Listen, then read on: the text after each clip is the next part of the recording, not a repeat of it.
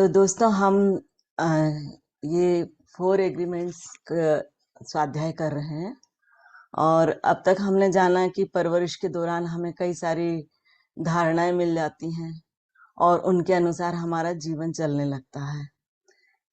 तो उन सबको हमको वो सब हमारे लिए चैलेंज है और उसके लिए हमको कुछ समझौते करने चाहिए।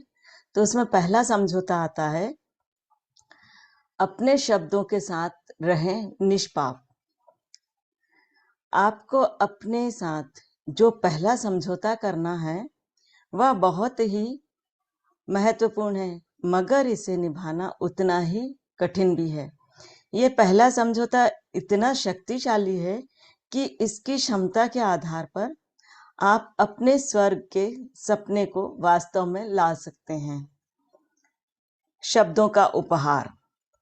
पहला समझौता है, अपने शब्दों के साथ निष्पाप रहें। वैसे तो यह समझौता बहुत ही सीधा और सरल लग रहा है, लेकिन यह बहुत शक्तिशाली भी है। शब्द ही क्यों? क्योंकि आपके शब्दों में बहुत ताकत है। शब्द यानी आपको ईश्वर से मिला हुआ उपहार। धर्म ग्रंथों में संसार की रचना के बारे में बताते समय ऐसा कहा गया है कि सृष्टि के प्रारंभ में शब्द था और वह शब्द ईश्वर के साथ था। वह शब्द ही ईश्वर है। शब्दों के माध्यम से आप अपनी रचनात्मक शक्ति को प्रकट करते हैं और शब्दों से ही हर चीज वास्तव में आती है। जो भी भावनाएं वगैरह हैं वो सब हम शब्दों के द्वारा ही प्रकट करते हैं। आप कौन सी भाषा में बात करते हैं यह महत्वपूर्ण नहीं है, मगर आप जो भी बोलते हैं उसके पीछे की आपकी शब्दों से ही सामने वाले के अंदर प्रभाव पड़ता है। आप जो सपने देखते हैं, आप जो महसूस करते हैं, या आप जो सही मायनों में हैं, यह सब शब्दों के माध्यम से ही प्रकट होता है। शब्द यानी केवल कोई आवाज या लेखन का माध्यम नहीं है, बल्कि यह एक बल है। शब्द वह शक्ति है जिसके जरिए आप सोचते हैं, अपनी बात सामने रखते हैं और संवाद करते हैं। इस तरह आपके जीवन में घटनाओं का जन्म होता है। इंसान में पृथ्वी के हर प्राणी की आवाज निकालने की क्षमता है।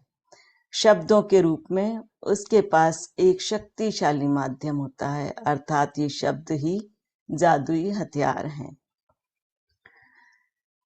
तो केवल एक फ्रेंड्स इंसान है जो कई जानवरों की आवाज भी निकाल लेता है और लोग दूसरे लोगों की भी आवाज निकाल सकता है, उसमें इतनी क्षमता है। और ये शब्द ही हैं जो दूसरों को अच्छा प्रेम से बोलते हैं तो उसका प्रभाव अलग होता है, वही क्रोध से बोलते हैं तो उसका प्रभाव अलग होता है। शब्दों के दो पहलू। जिस प्रकार हर चीज के दो पहलू होते हैं, उसी प्रकार शब्दों के भी दो पहलू हैं। शब्दों के जरिए इंसान अपने लिए सुंदर संसार का निर्माण भी कर सकता है और शब्दों के माध्यम से वह अपने आसपास का संसार तबाह भी कर सकता है। यदि शब्दों का गलत उपयोग किया गया तो वह एक जीते जागते नरक को जन्म दे देता है। इसके विपरीत यदि शब्दों में कोई उचित उपयोग किया गया तो इस धरती पर प्रेम, सुंदरता और स्वर्ग का निर्माण होता है। अब यह आप पर निर्भर करता है कि आप अपने जीवन में शब्दों का प्रयोग कैसे करेंगे। शब्द ही आपको मुक्त कर सकते हैं या ये आपको गुलाम बना सकते हैं। आपके जीवन में जो भी सकारात्मक घटनाएं होती हैं वे आपके शब्दों का ही परिणाम होता है। आपके शब्दों में जादू होता है, मगर इस जादू के गलत उपयोग से आप नकारात्मक परिणाम भी पाते हैं। इसके लिए लेखक ने हिटलर का उदाहरण दिया है। शब्दों में इतनी शक्ति होती है कि केवल एक शब्द भी लाखों लोगों के जीवन में परिवर्तन ला सकता है। कुछ वर्ष पूर्व जर्मनी में एक इंसान ने शब्दों का प्रयोग करके अपनी धूर्तता से वहां की समझदार जनता को भी अपने वश में कर लिया था। उसने केवल शब्दों के बल पर वहां के लोगों को महायुद्ध की खाई में धकेल दिया। उसने लोगों को हिंसा के बुरे से बुरे तरीके अपनाने के लिए मना लिया और शब्दों का गलत उपयोग करके उसने लोगों के मन में भय जागृत किया। परिणाम स्वरूप उस समय जर्मनी में चारों ओर किसी विस्फोट की तरह मारकाट होने लगी। इस महायुद्ध में लाखों लोग मारे गए। लोग एक दूसरे से इतना डरने लगे कि सामने आने वाले पर जान लेने का डर महसूस होने लगा।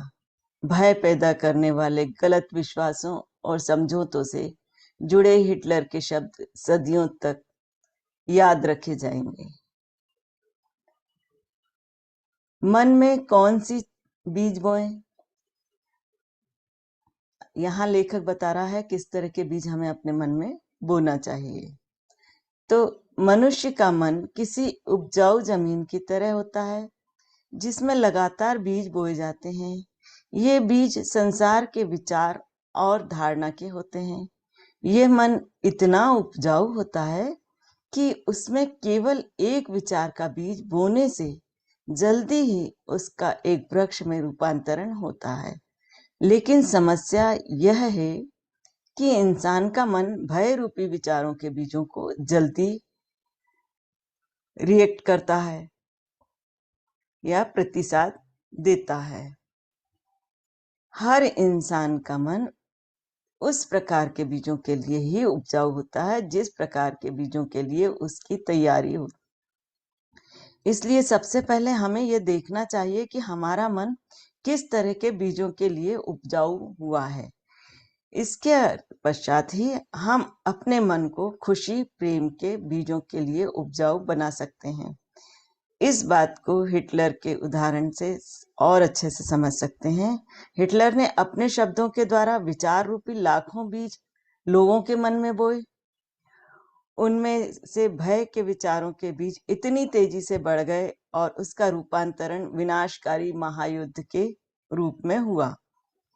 शब्दों की असीम शक्ति को देखते हुए हमें समझना चाहिए कि यह शक्ति मुख से आती है, तो इसका उपयोग हमें कैसे करना चाहिए।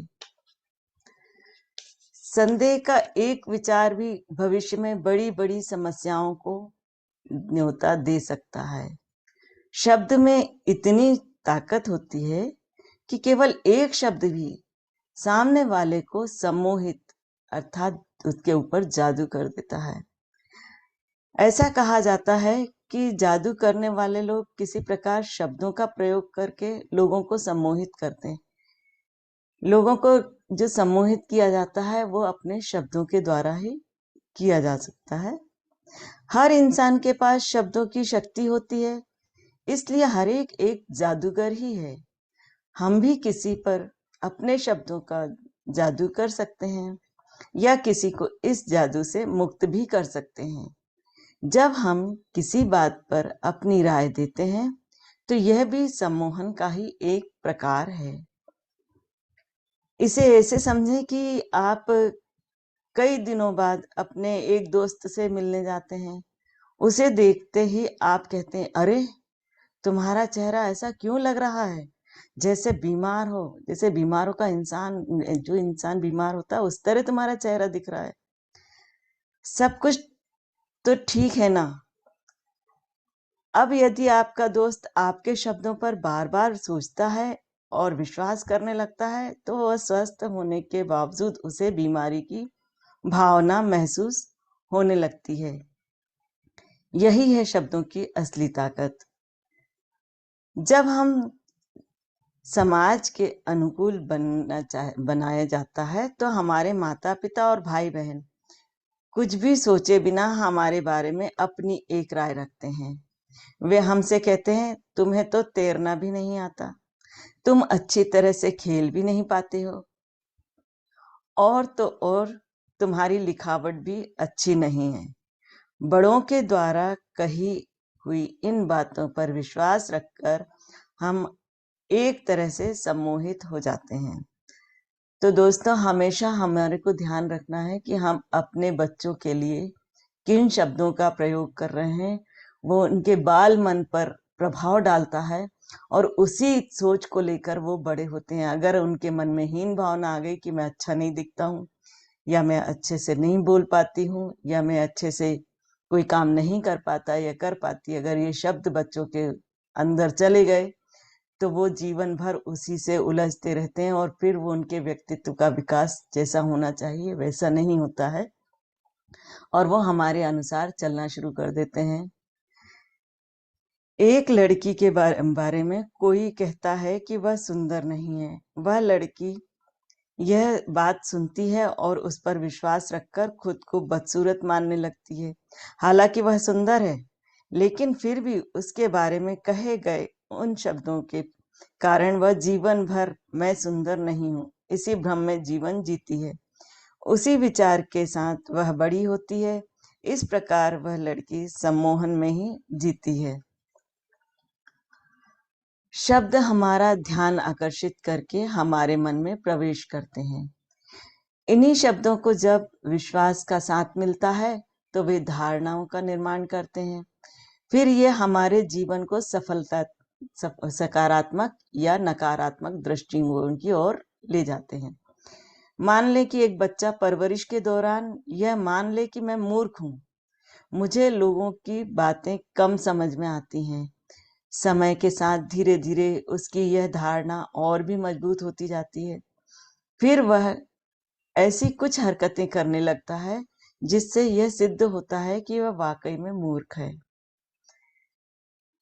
थोड़ा बड़ा होने के बाद वह लड़का कुछ गलतियां करता है और फिर कहता है, काश मैंने ऐसा नहीं किया होता, मैंने गलत काम किया है, मगर मैं क्या करूं, मैं तो मूर्ख हूं ना।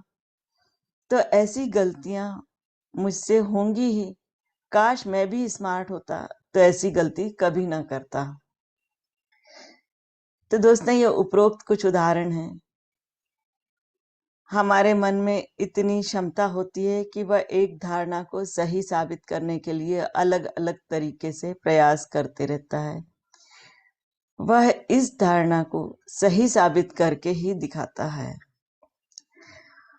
दोस्तों, अगर कई लोगों के साथ होता है कि अगर आपने बच्चे का मन पे बहुत गहरा प्रभाव पड़ता है, बच्चे को अगर आपने कह दिया कि तुम ऐसा नहीं कर सकते, उसके कोई भी अगर अच्छा काम है और उसने करने का प्रयास किया है, कई बार असफल भी होते हैं, उस समय हमें प्रोत्साहित करना है कि नहीं, तुम कर सकते हो, तुम बार बार कोशिश करो, तुम सफल होगे। लेकिन होता क्या है, हम एक दो बार देख के और उनको कह देते हैं कि नहीं नहीं नहीं, ये तुमसे नहीं होगा, तुम नहीं कर पाओगे, रहने दो।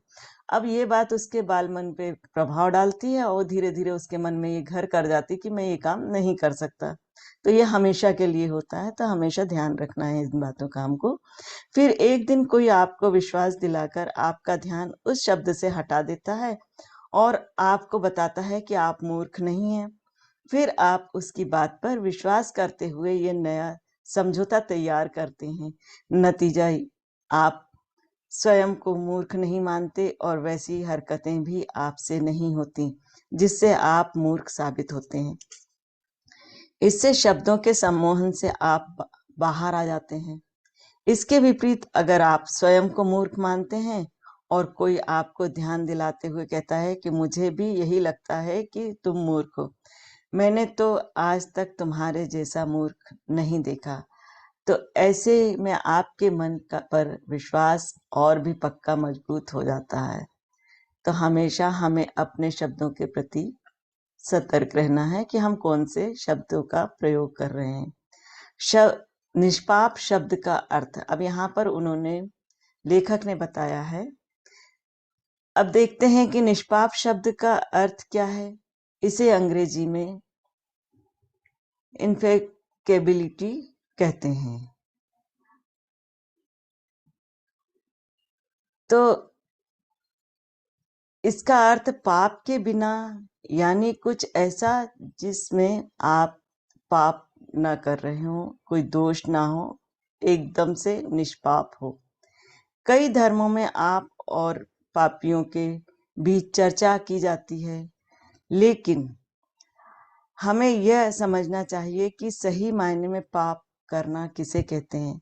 पाप यानी वह हर बात जो आपके स्वयं के यानी जो असल में आप हैं उसके खिलाफ हो। जब जब आप किसी और के साथ अपनी तुलना करके अपने आप को दोषी ठहराते हैं तो वह पाप है। निष्पाप होना इसके ठीक विपरीत है। तो दोस्तों, आज हम यहीं पर इस पे को रोकते हैं और मैं Priya ji, over to you.